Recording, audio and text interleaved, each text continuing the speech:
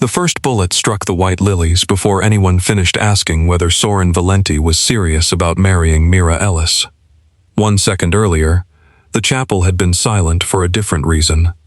Celeste Halden had leaned close enough for Mira to smell expensive perfume beneath the candle wax and funeral flowers. 40 mourners had heard her ask, with a smile sharpened by years of practice, who would marry Mira now that her son had come to his senses. Ethan Halden, Mira's former fiancé, had stared at the floor. Then a man answered from beneath the dark choir loft. "I would." Soren stepped into the amber light, wearing a charcoal suit beneath an open black coat, snow melting in his dark hair. Boston newspapers printed his name carefully. Prosecutors had failed to convict him 3 times.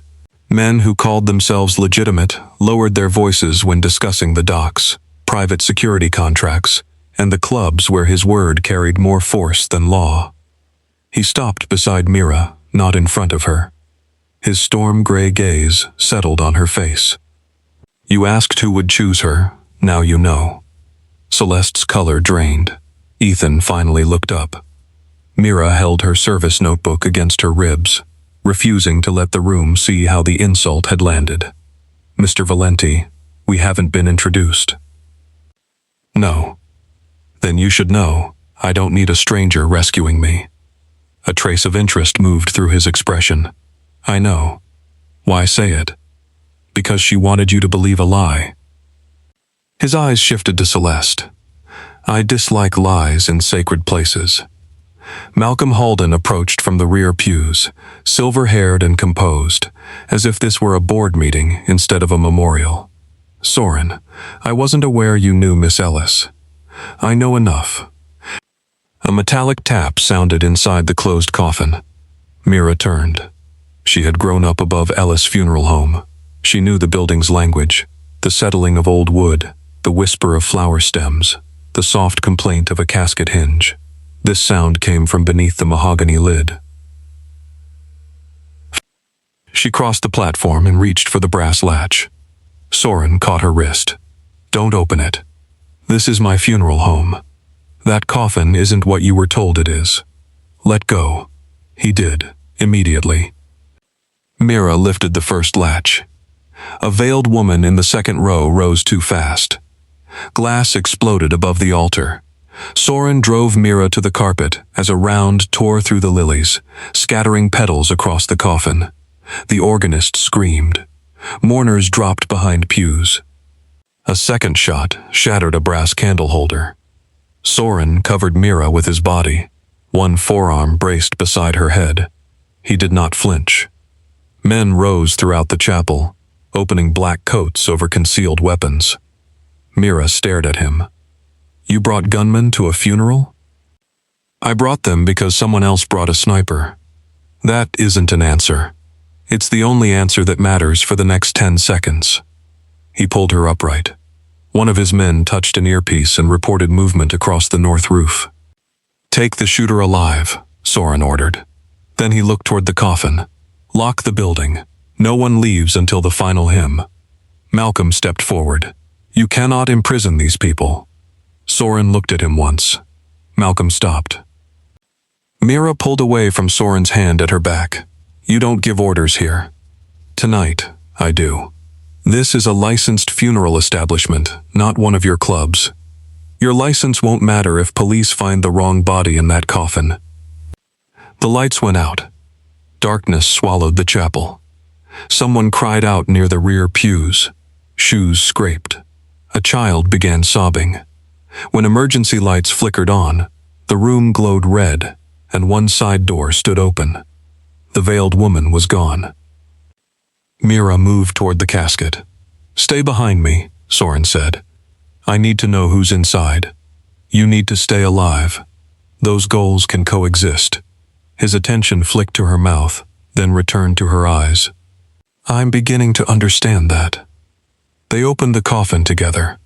The man inside appeared to be Andrew Voss, a 58-year-old accountant, whose representative had arranged the closed casket service. His face had been reconstructed after a reported car accident. His hands were folded over a silver prayer book, tied with black mourning ribbon. Mira leaned closer. Voss's medical records noted a partial amputation of his left ring finger. The dead man had all 10 fingers. She lifted the ribbon. Sewn into its underside was a stainless steel cremation identification tag, the kind designed to survive extreme heat and remain with the ashes. The number did not match Voss's file. Neither did the name. Matteo Riva. Soren went still. "You know him," Mira said. "He kept my father's accounts. You said Voss isn't in here." "He isn't." "Then where is he?" "Alive." A crash sounded in the preparation corridor. Soren drew a pistol. His calm frightened Mira more than the weapon. "Nico, keep everyone in the chapel," he said. "Collect phones. Search the building." Malcolm began protesting about attorneys. Soren ignored him and faced Mira. "You're coming with me." "No. Whoever switched that tag knows you found it.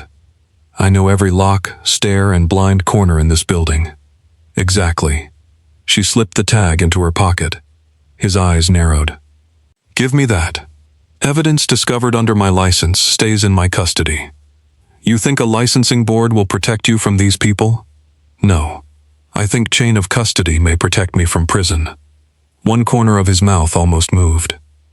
"You argue with armed men during assassination attempts. Only the ones who confuse a gun with intelligence." The almost smile vanished. "Stay close." The white tile corridor looked blood-stained beneath the emergency lights. An instrument tray lay overturned near the embalming room. Mira heard the old furnace groan beneath the floor.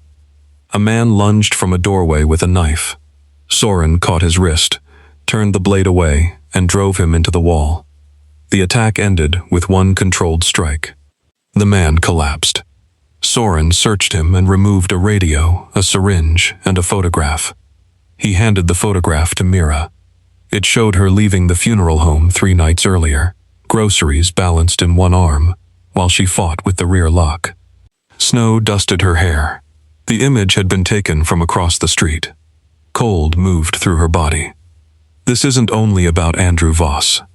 "No. You knew someone was watching me." "Yes." "For how long?" He said nothing. She stepped closer. "How long, Soren?" 21 months. The corridor seemed to narrow. "You knew I was under surveillance for almost 2 years and never warned me. I kept them from approaching. A sniper just fired through my chapel window. The memorial forced the organization to move before it was ready. Understanding arrived with fury. You arranged the service. I arranged for Voss's representative to select this funeral home. You used my home as bait. I chose the only place the identity ring couldn't manipulate without exposing itself. You chose my home." His voice lowered. "I chose you." She hated the effect of those words. She hated the calm certainty behind them more. Soren placed his pistol on the embalming room counter, within reach but no longer in his hand.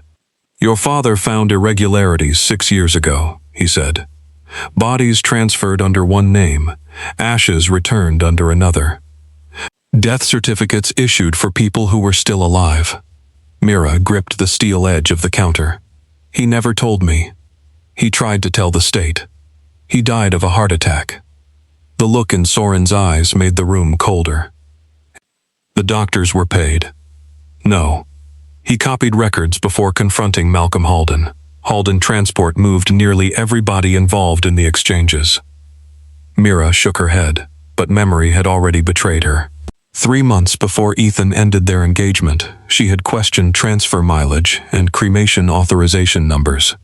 Ethan had kissed her forehead, told her she worked too hard, and postponed another wedding appointment the following week. Ethan knew? Enough to understand you were getting close. Marriage might have controlled your questions. Leaving you separated him from the investigation. The old humiliation changed shape. It was no longer only cowardice or shame about her body. It had been strategy. What was the ring doing? Turning living people into legal ghosts, and unidentified bodies into respectable deaths.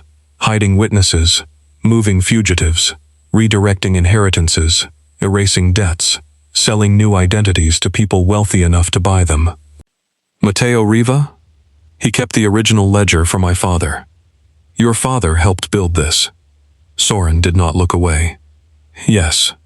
A sound came through the ceiling. 3 knocks. A pause. 2 more.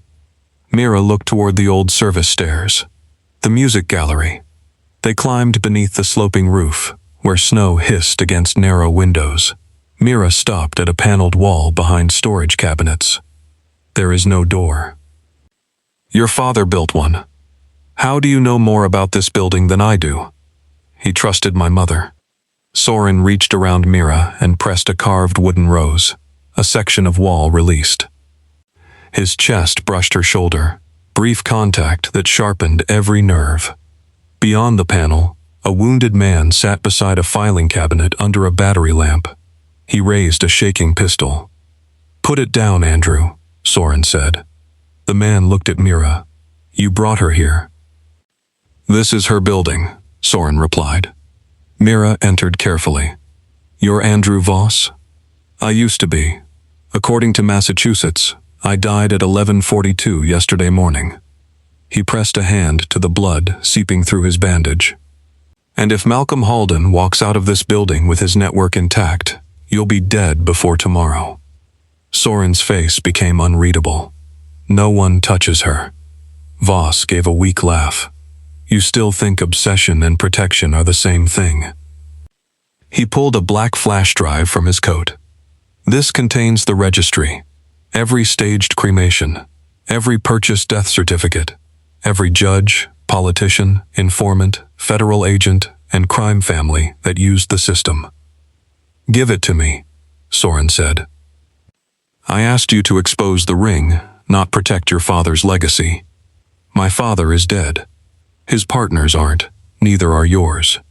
Voss looked at Mira. Valenti's father used the program to erase enemies. Mira faced Soren. He gave her the truth without defense. I dismantled my father's operation when I took control. You inherited his empire. I inherited a war. How many people died while you won it? A muscle moved in his jaw. Enough. The answer was ugly. It was also honest, which made it harder to dismiss. Voss held the drive toward Mira. Soren stepped between them. No. There, Voss said. You want her safe badly enough to bury anything that threatens her. That makes her safer with the evidence than you. Mira moved around Soren. Give it to me. He caught her arm, not hurting her, but the restraint exposed how much the moment cost him. You don't understand what is on that drive. I understand my father died because of it. Then walk away. You brought this into my home. To end it. Then let me help end it. This is grief making you reckless. And this is control wearing a better suit. His fingers opened. Voss placed the drive in her palm. Static burst through Soren's radio. Nico reported movement in the chapel and said Mrs. Voss was missing. Voss went pale. My wife has been dead for 4 years. Mira pictured the veiled woman who had risen before the sniper fired. Another voice came through the radio. Police cruisers had surrounded the building. Malcolm Halden had called them. Then Malcolm's voice rolled through the funeral home speaker system. Miss Ellis, Mr. Valenti is holding mourners hostage. Come downstairs. The police will protect you.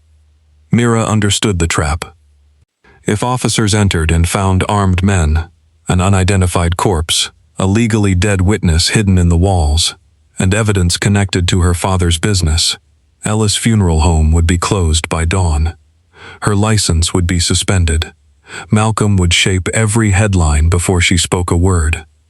His voice returned through the speakers. Soren Valenti has never protected anything without owning it. Mira looked at Soren. Is he right? About which part? Do you protect things by owning them? Yes.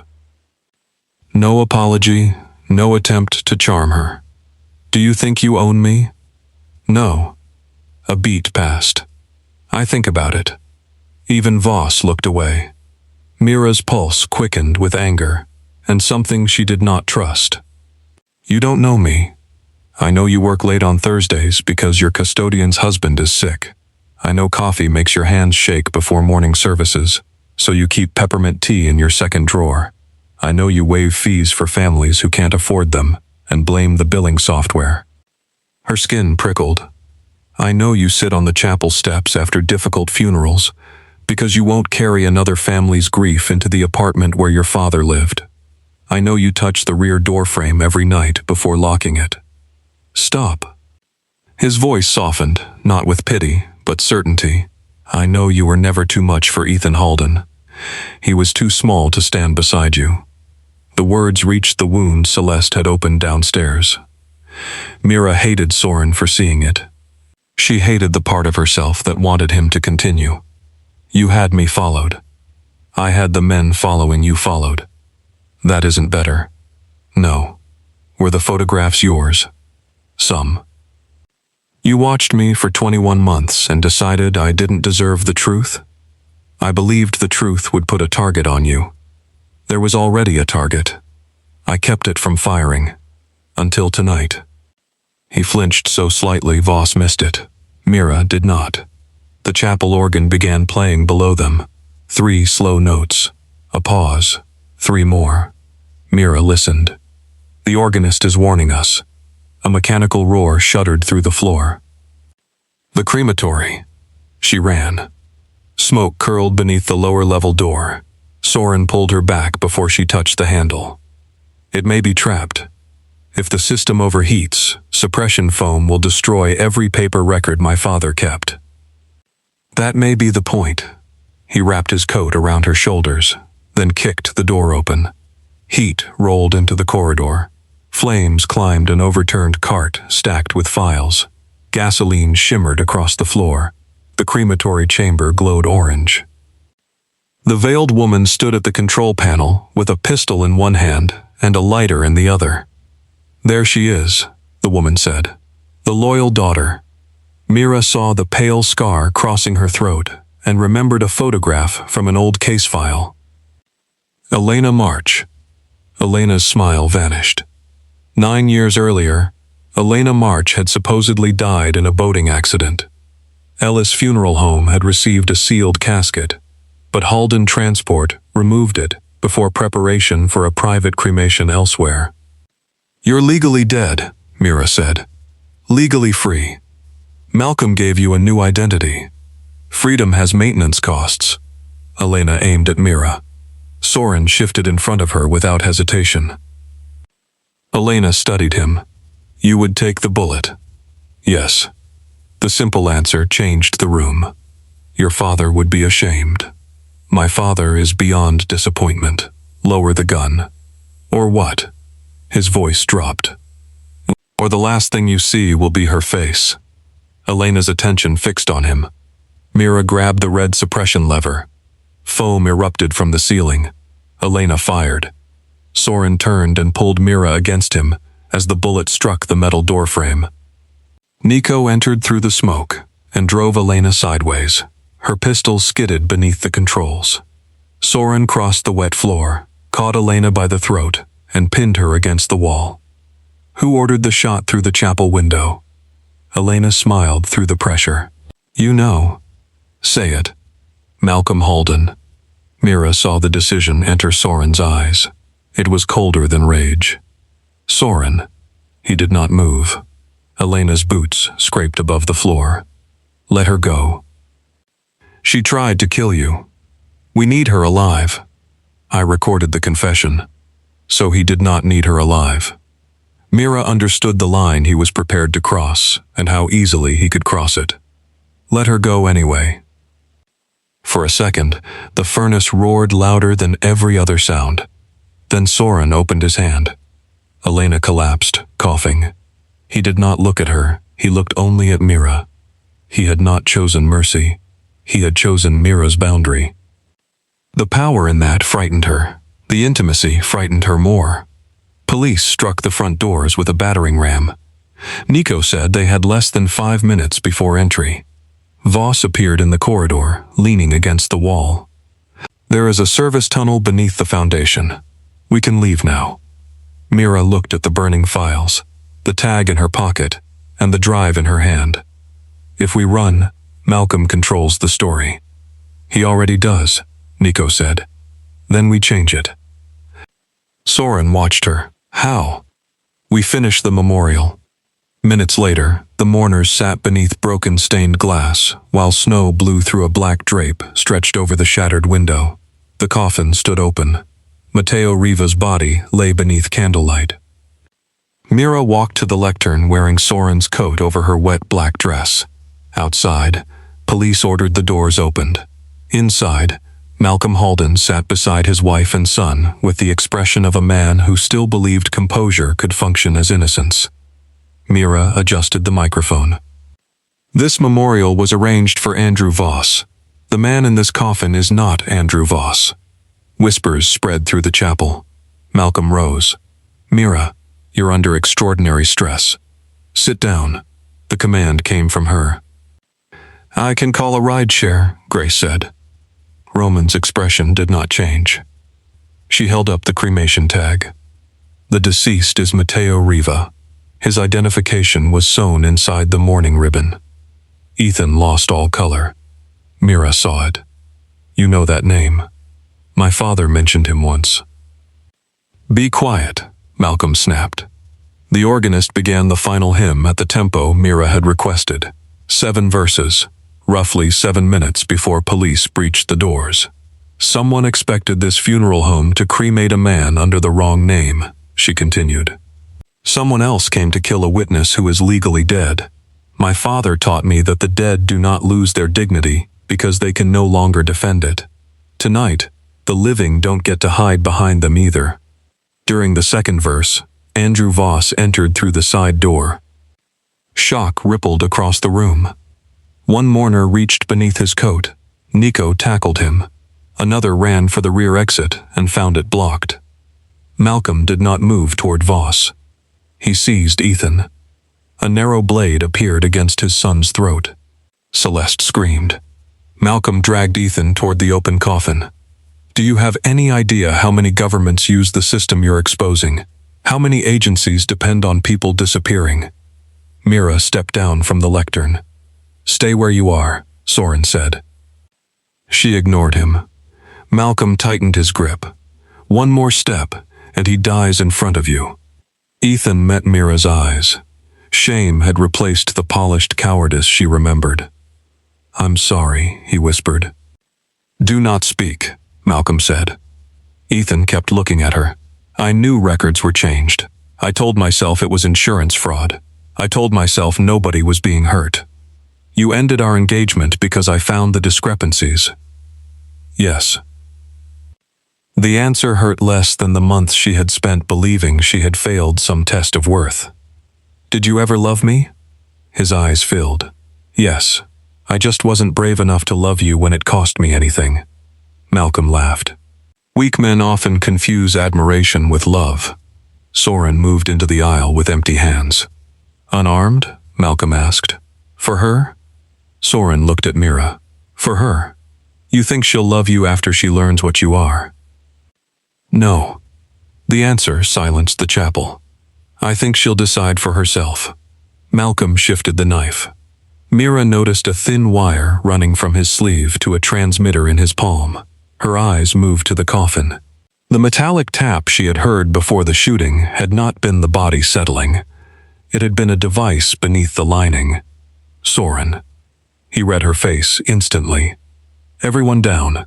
Malcolm pressed the trigger. Nothing happened. I can call a rideshare, Grace said. Roman's expression did not change. You hid the activation coil in the mourning ribbon. I removed it. For the first time, Malcolm looked afraid. Soren crossed the aisle, tore Ethan free, and drove Malcolm against the casket. The coffin tipped. Matteo's body shifted as the false bottom broke open. Beneath it lay a compact incendiary device surrounded by sealed packets of records, death certificates, passport photographs, hospital files, and the evidence of stolen lives. Malcolm reached for the fallen trigger. Mira kicked it beneath a pew. He turned toward her. Soren struck him before he completed the step. The front doors burst open. State police and federal agents entered with weapons raised. Soren's men lowered theirs at once.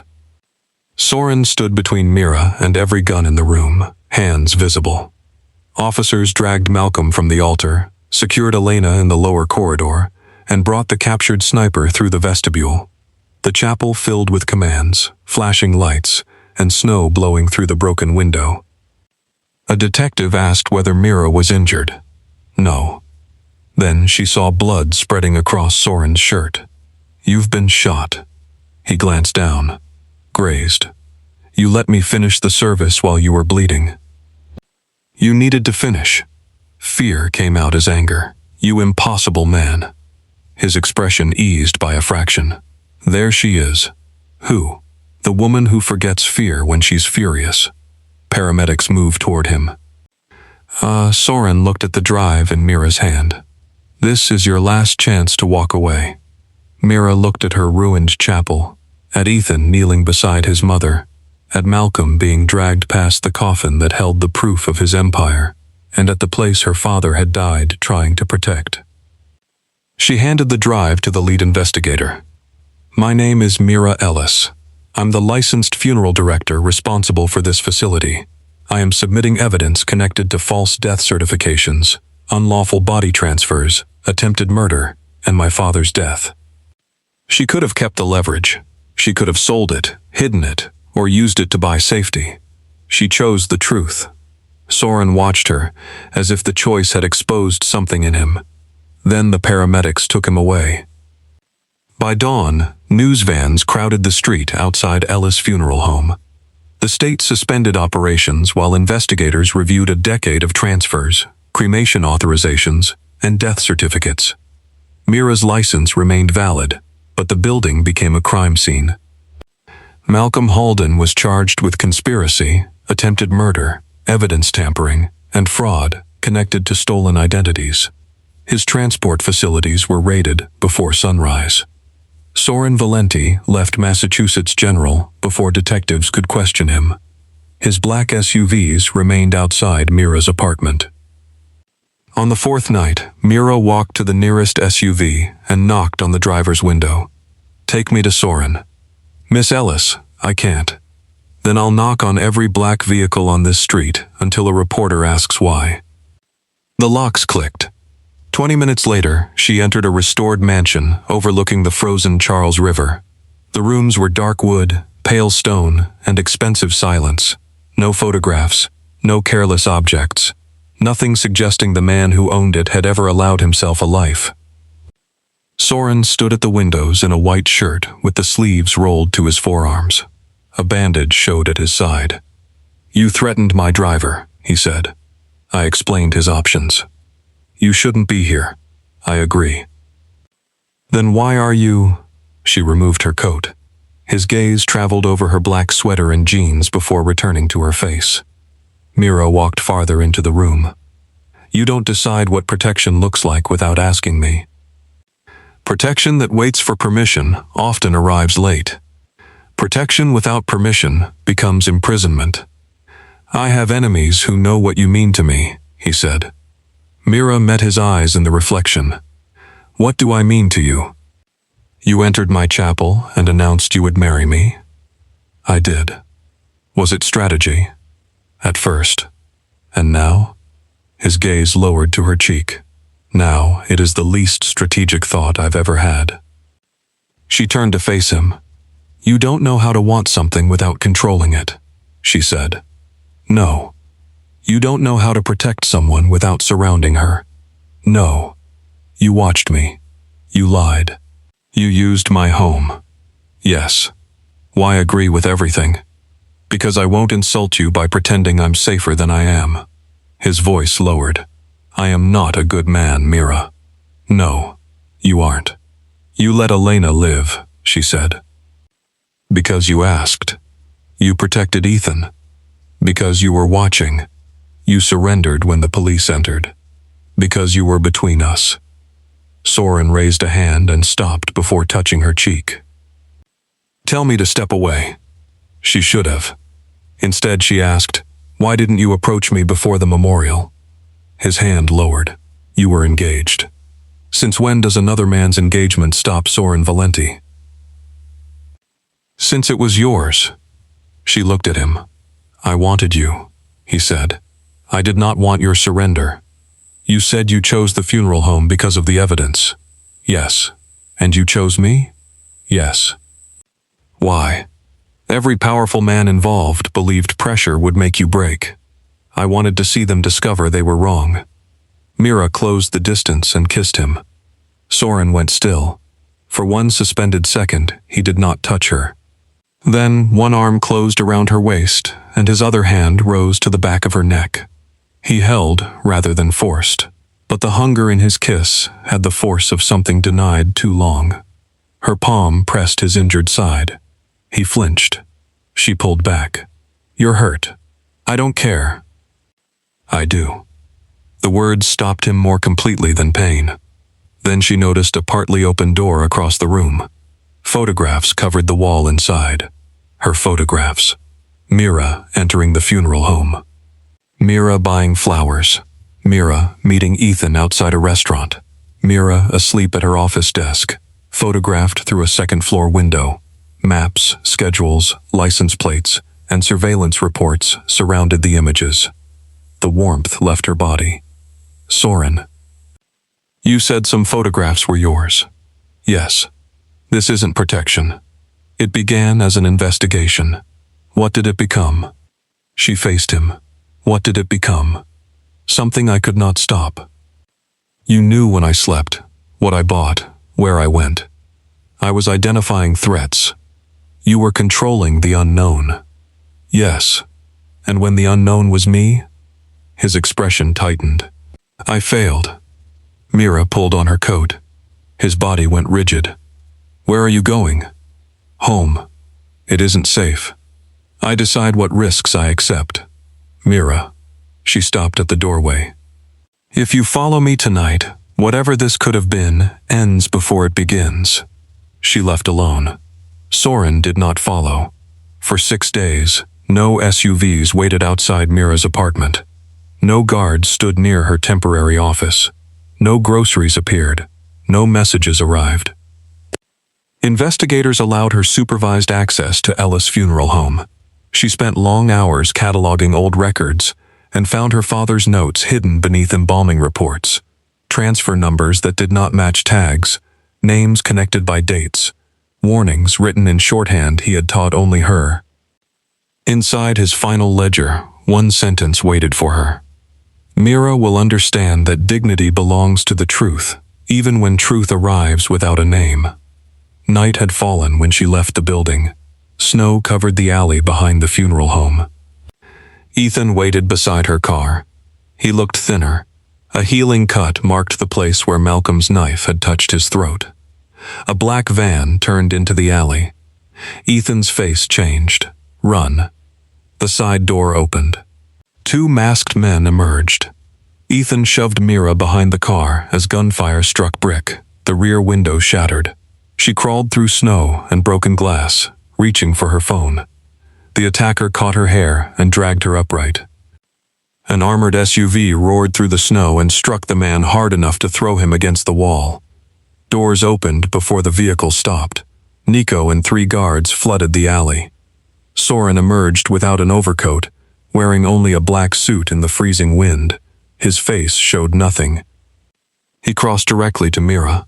His hands moved over her shoulders, face, arms, and waist, searching for blood. "Are you hurt?" "I don't think so." "Look at me." She did. The fear in his eyes was almost feral. He pulled her against him and held her so tightly she struggled to breathe. One hand covered the back of her head, shielding her after the danger had passed. Then he released her and turned toward the surviving attacker, who knelt between 2 guards. "Soren." He stopped. Ethan sat against the car, one hand pressed to his bleeding shoulder. Mira ordered Nico to call an ambulance. Soren crouched before the attacker. "Who sent you?" "The Moretti family." "The registry belongs to us," the man said. "The woman does too." Soren's control broke. He drove the man against the wall. No one claims her. No one photographs her. No one follows her. No one says her name without remembering what it will cost. The attacker spat blood into the snow. You walked away from her. Soren leaned closer. I obeyed her. Mira touched his arm. He turned toward her at once. You stopped watching me, she said. No. I stopped letting you see. Anger flashed hot and immediate. That is not obedience. No, it was weakness. I lasted 37 minutes before placing a team 2 blocks away. I can promise not to enter your home, he said. I can promise not to photograph you. I can promise to tell you when a threat exists. I cannot promise to remain unaware of whether you are alive. Ethan called her name. Mira knelt beside him. My father kept a second registry for the Morettis, he said. Names of everyone placed into false identities. They moved it to St. Orison's, the abandoned church near the harbor. Ethan's voice weakened. They're burning it tonight. The storm swallowed Boston Harbor before Soren's convoy reached St. Orison's. The decommissioned church stood on a stone point above the seawall, its bell tower dark against the snow. Waves struck below with enough force to shake the old foundation. Black vehicles surrounded the building, their headlights cutting through wind-driven ice. Mira sat beside Soren in the rear of the lead SUV. You stay here, he said. No. There are armed men inside. There are records that may restore hundreds of stolen names. You are not entering. You don't get to bring me to the edge of the truth and lock me in a vehicle. He reached beneath the seat and removed a fitted protective vest. Put this on. Mira did. Soren adjusted the side straps, his knuckles brushing her ribs. His hands lingered at her waist, despite the guns waiting beyond the glass. I am trying, he said. To do what? Want you without becoming your prison. Her anger softened, but did not disappear. Then give me a choice. His gaze held hers. Stay behind me. Is that a request? No, Soren. He closed his eyes for one breath. Will you stay behind me? Yes. They entered together. Rain leaked through holes in the roof and struck the stone floor. Candles burned along the nave, their flames bent by the wind. At the altar, record boxes had been stacked beneath the ruined cross and soaked with accelerant. A dozen armed men waited among the pews. Their leader, Alessandro Moretti, wore a dark red tie and an expression of bored elegance. I expected Valenti, he said. I did not expect the Undertaker. You burned shipping contracts rather than let us acquire her property, Alessandro said. You surrendered the Halden registry to federal authorities.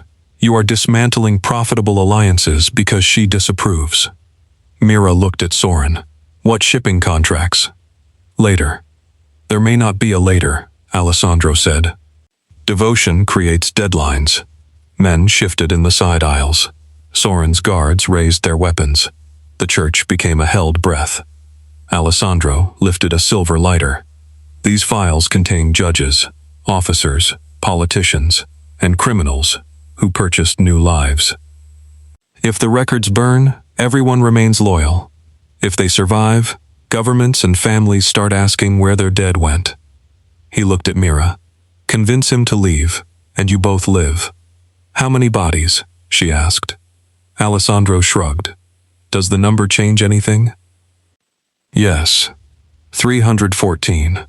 314 families had buried strangers, received false ashes, or mourned people living beneath purchased names.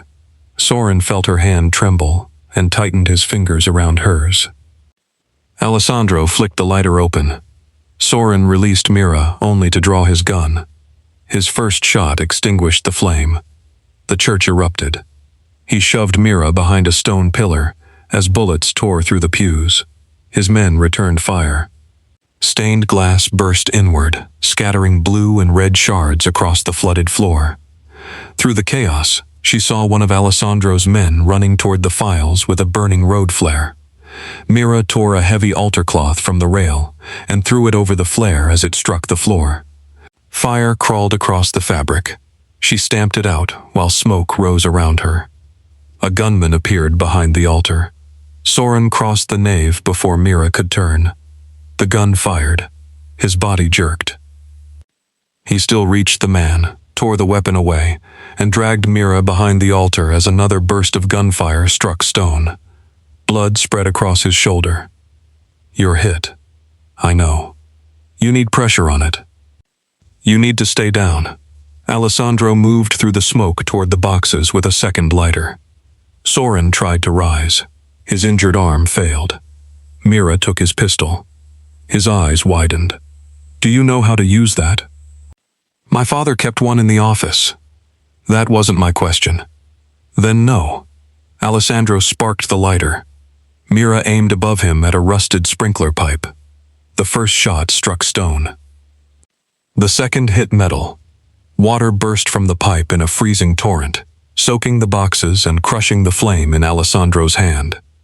For one stunned second, the church went still. Nico tackled Alessandro across the altar steps. The remaining gunmen, trapped between Valenti's guards and the seawall exits, lowered their weapons. Mira released the pistol. Soren caught her wrist before it hit the floor. His face had gone pale. "You fired a gun. At a pipe. You ran through crossfire. For the records. You could have died. So could you. That is different." "No, it isn't. To me, it is." The truth in his voice silenced her. He lowered himself against the altar. Mira knelt in the water and pressed both hands over his wound. Blood warmed her palms while icy rain fell through the roof. His gaze stayed on her face. "I thought I lost you. You didn't.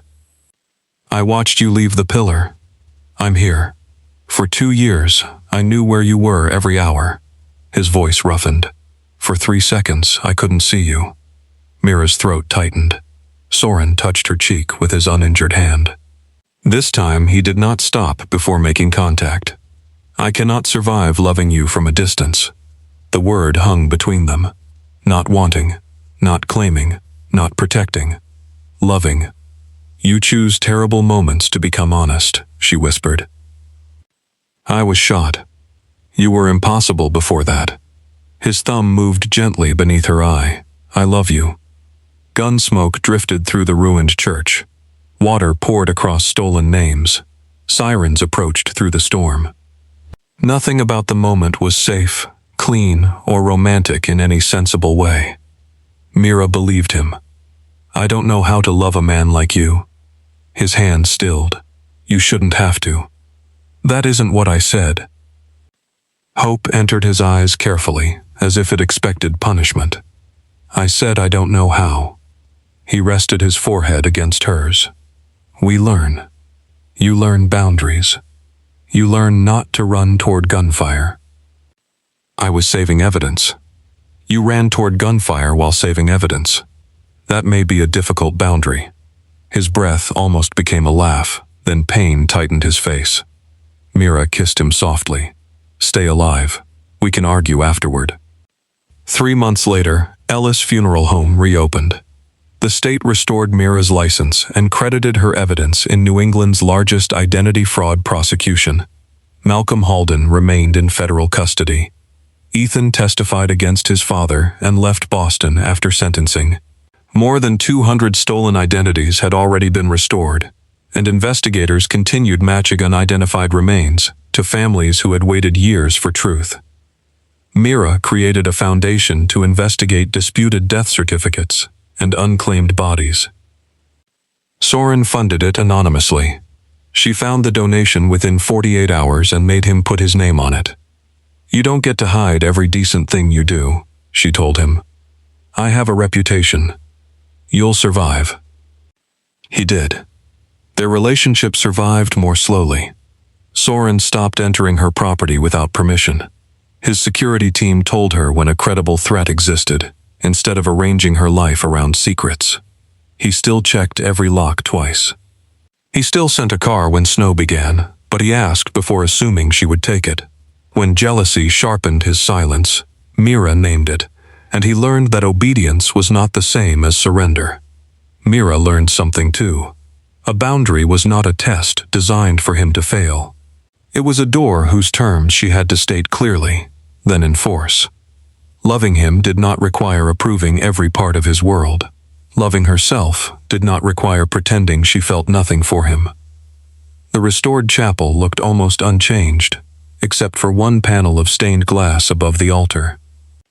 Mira chose not to replace the bullet-damaged lily completely. A narrow fracture remained through the white petals. Truth did not return things to their original condition. Sometimes it made the damage part of the design. On the first snowy evening after reopening, Mira finished locking the preparation room and entered the chapel. Soren waited near the rear pew. No guards stood beside him. No shadows concealed him. He wore the black overcoat from the night they met and held a small velvet box. Mira stopped. That looks dangerously traditional. I considered placing armed men at every exit. I'm glad you reconsidered. I did not. Nico refused. She smiled despite herself. Soren crossed the aisle. He no longer watched her from a distance. He no longer confused information with permission. Change came slowly to a man who had built an empire from control, but it came in choices repeated when nobody applauded. He stopped before her. The first time I stood in this chapel, someone asked who would marry you. I remember. I answered before you could. You do that often. I am improving. Slowly. Warmth entered his eyes. This time, you answer. He lowered himself to one knee beneath the fractured lily. The feared head of the Valenti organization looked up at Mira as snow gathered beyond the windows. He opened the box. Inside lay an antique dark diamond, surrounded by small white stones, elegant and impossible to ignore. Mira Ellis, I cannot promise you a peaceful life. Strong opening. I can promise you the truth, even when it condemns me. I can promise your choices remain yours, even when they terrify me. I can promise to stand beside you without asking you to become smaller. Her eyes burned. His voice lowered. And I can promise no one will ever again ask who would choose you without hearing my answer. Mira looked at the man who had entered her life as a threat, become a shield, revealed himself as a danger, and then done the harder work of becoming someone she could choose without abandoning herself. Who would marry me? She asked. His gaze held hers. I would. She let the silence stretch until Boston's most feared man looked genuinely afraid. Then she smiled. Stand up and ask properly. Soren rose. He took her hand but did not place the ring on it. Not until she answered. Mira Ellis, will you marry me? Yes. His control disappeared. He pulled her into his arms and kissed her beneath the fractured lily while the chapel bells rang above them. Outside, snow erased the tire tracks on the street. Inside, the coffin platform stood empty, the candles burned steadily, and every name in the building belonged to the person who carried it.